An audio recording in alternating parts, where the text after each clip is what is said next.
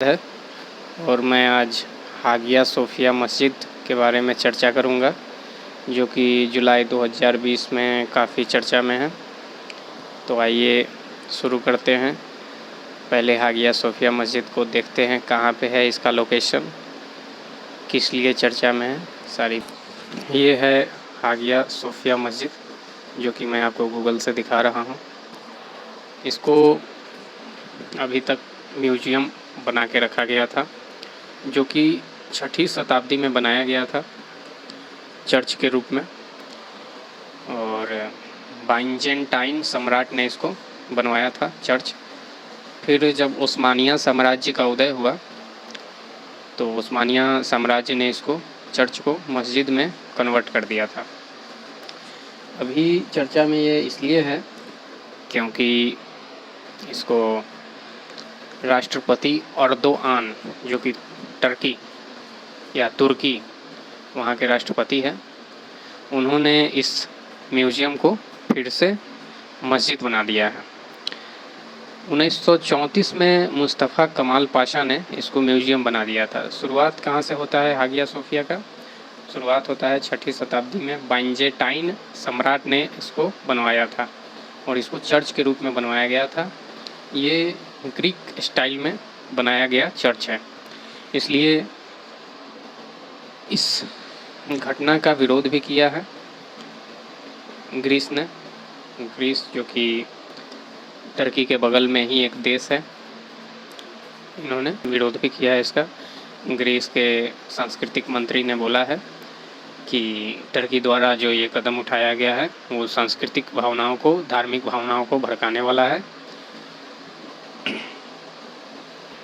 तो आप देख रहे हैं कि ये हागिया सोफिया मस्जिद, जो कि अब मस्जिद हो चुका है, और शुरू के समय में ये म्यूज़ियम भी था, और सबसे पहले जब बनाया गया था तो ये इसको चर्च के रूप में बनवाया गया था ग्रीस स्टाइल में। इसकी और भी कुछ तस्वीरें हम देख लेते हैं। ये आप देख सकते हैं कितना सुंदर ग्रीस स्टाइल में बनाया गया है।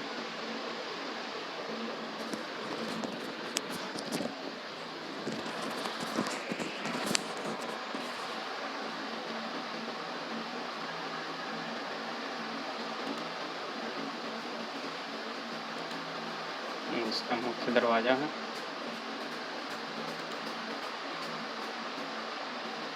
आज भी ईसा मसीह की फोटो देखी जा सकती है। जानते हैं तुर्की कहाँ है? ये है तुर्की। इसका झंडा का निशान चांद और तारा लाल रंग से। ये देखते हैं तुर्की है कहाँ। ये है हमारा भारत, और भारत के बगल में Pakistan, Afghanistan, Iran, Iraq, Syria, और ये तुर्की। ये रहा हमारा तुर्की। तुर्की में ही इस्तांबुल एक जगह है। इस्तांबुल में ये हागिया सोफिया मस्जिद है। ये हागिया सोफिया मस्जिद जो है, ये बास्फोरस नदी, ये जो नदी है आपकी, ये बास्फोरस नदी है। ये नदी का नाम बास्फोरस नदी है, जो कि एशिया और इधर यूरोप दोनों को अलग करती है एक तरह से, सामान्यतः माना जाता है ऐसा। और इसी नदी के पश्चिमी किनारे पर ये इस्तांबुल में हागिया सोफिया मस्जिद जो चर्चा में है वो ये है। तो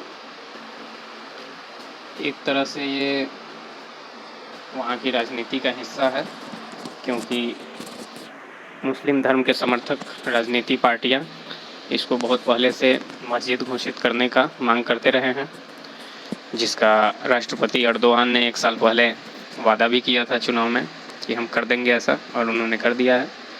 और 1934 में मुस्तफ़ा कमाल पाशा ने धर्मनिरपेक्षता की नीति अपनाते हुए इसको मस्जिद से म्यूज़ियम बना दिया हुआ था। लेकिन 46 साल बाद पुनः अर्दोआन राष्ट्रपति, जो कि तुर्की के हैं, टर्की के हैं, उन्होंने इसे पुनः मस्जिद बना दिया है।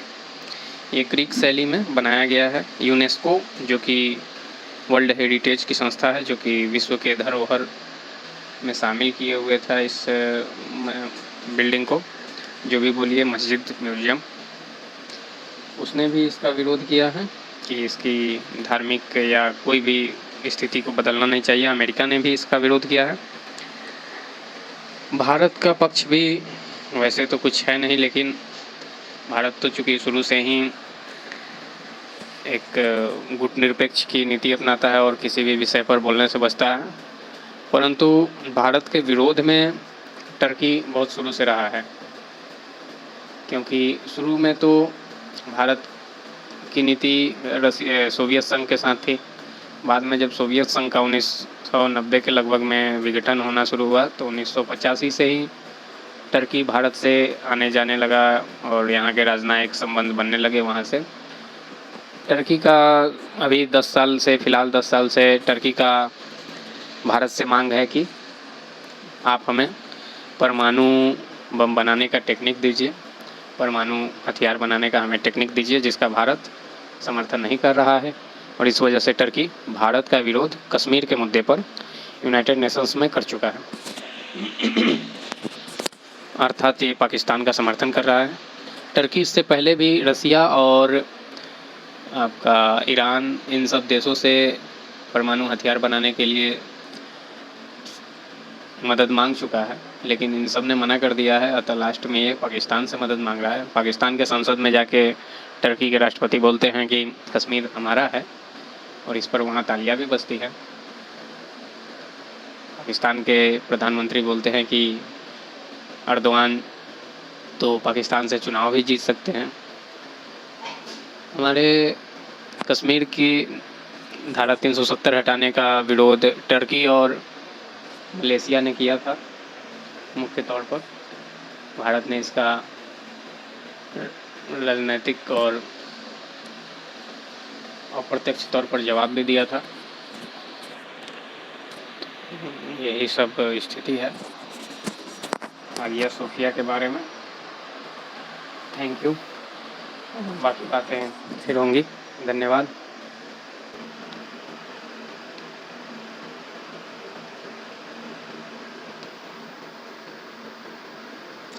ये भारत है आपका, ये टर्की। चूँकि व्यापार का भी रास्ता है इनका चाइना से, इस वजह से भी टर्की बोलता है कि जितना महत्वपूर्ण पाकिस्तान के लिए कश्मीर है, उतना ही महत्वपूर्ण हमारे लिए भी कश्मीर है। वैसे ये तो भारत के विरोध करने वाली बात हुई भारत के अंदरूनी मामले में, परंतु ये उसकी अपनी बात है। ओके, बातें करते हैं तो आइए देखते हैं। नमस्कार दोस्तों, मेरा नाम वेदानंद